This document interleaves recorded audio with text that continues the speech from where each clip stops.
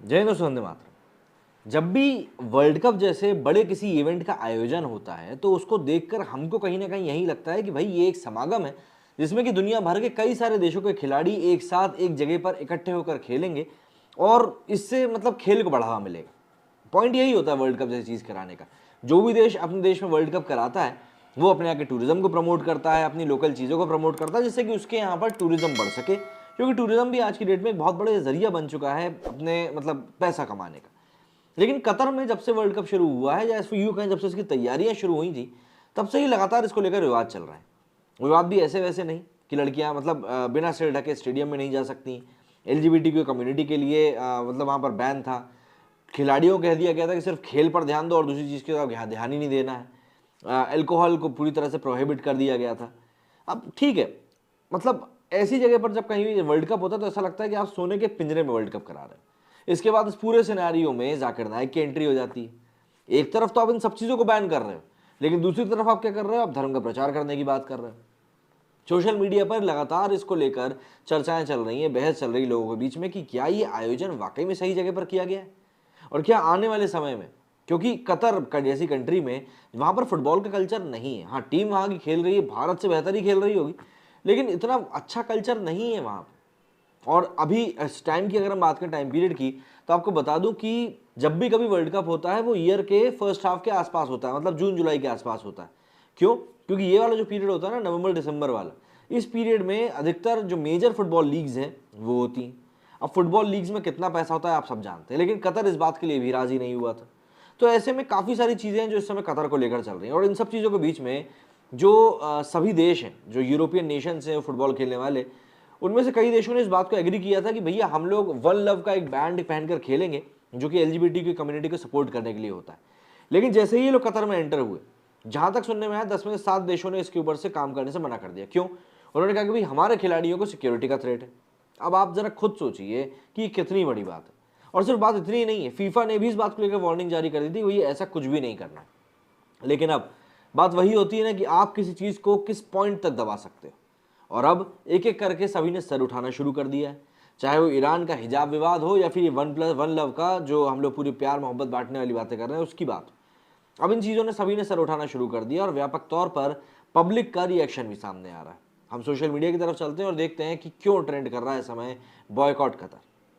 सबसे पहले तो आप यही ट्वीट देखिए, राजीव गुप्ता जी ने ट्वीट किया है, empty seat still story as Qatar World Cup, party fails as Qatar invites Muslim terrorist Zakir Naik to preach Islam terrorism at FIFA World cup.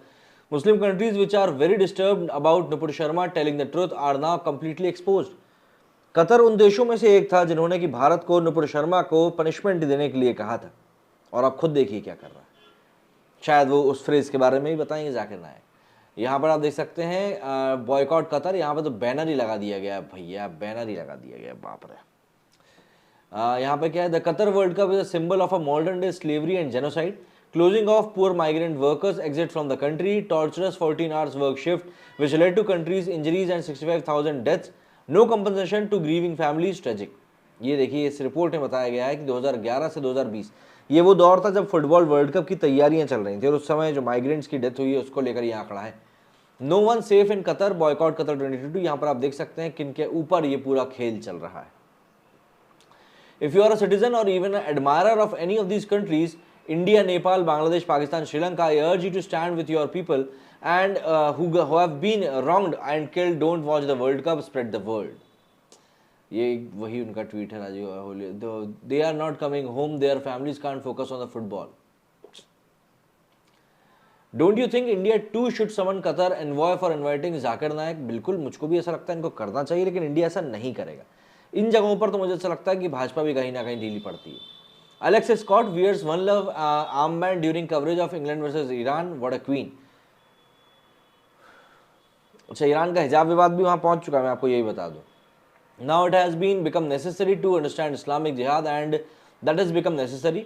Now there is nothing else, the matter is stuck on the issue of Hindu children without whom even the name of the country can't be imagined। Dr. Zakir Naik arrives in Qatar। यहाँ पे इन्होंने ही पहना है, she would have taken the yellow card every game। Zakir Naik at FIFA World Cup invited by Qatar, इसकी काफ़ी ज़्यादा आलोचना हो रही है भारत में भी। That justifies France banning burqas and hijab, this clear country their rules. अच्छा जी, rainbow coloured bucket hats of female Wales fans का। देखिए बुरके को क्यों बैन किया जाता है मुझे लगता है मुझे आपको बताने की ज़रूरत नहीं है, यहाँ पे समझदार हैं सभी लोग, इशारा काफ़ी। Not sure who is this woman is but she has definitely more balls than any other football players. Football players ने दरअसल ये आर्मबैंड पहनने से मना कर दिया क्योंकि उनका कहना था कि भैया हमको खतरा हो सकता है। Qatar World Cup in one image, 6,500 people have been died in last 10 years for exploitation and overwork. Most of them poor immigrants as the construction of the stadiums in Qatar. And now they spulge 300 billion to rebrand its global reputation. कोई reputation नहीं बन रही है, reputation खराब ही हो रही है उल्टा।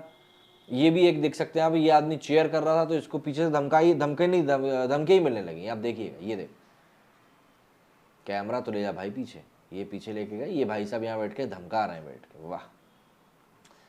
Injustice anywhere in the is a threat to justice everywhere. Literally तो इस तरह से पूरा ये कतर वर्ल्ड कप जो है इस समय कचरे में जाता हुआ दिखाई दे रहा है। यहाँ पर अगर कतर ये सोच रहा है कि अपनी इमेज को रीब्रांड कर लेगा तो ऐसा तो बिल्कुल भी नहीं हो रहा है, क्योंकि उसकी खुद की सोच ही इस काम के उसके आड़े आ रही है।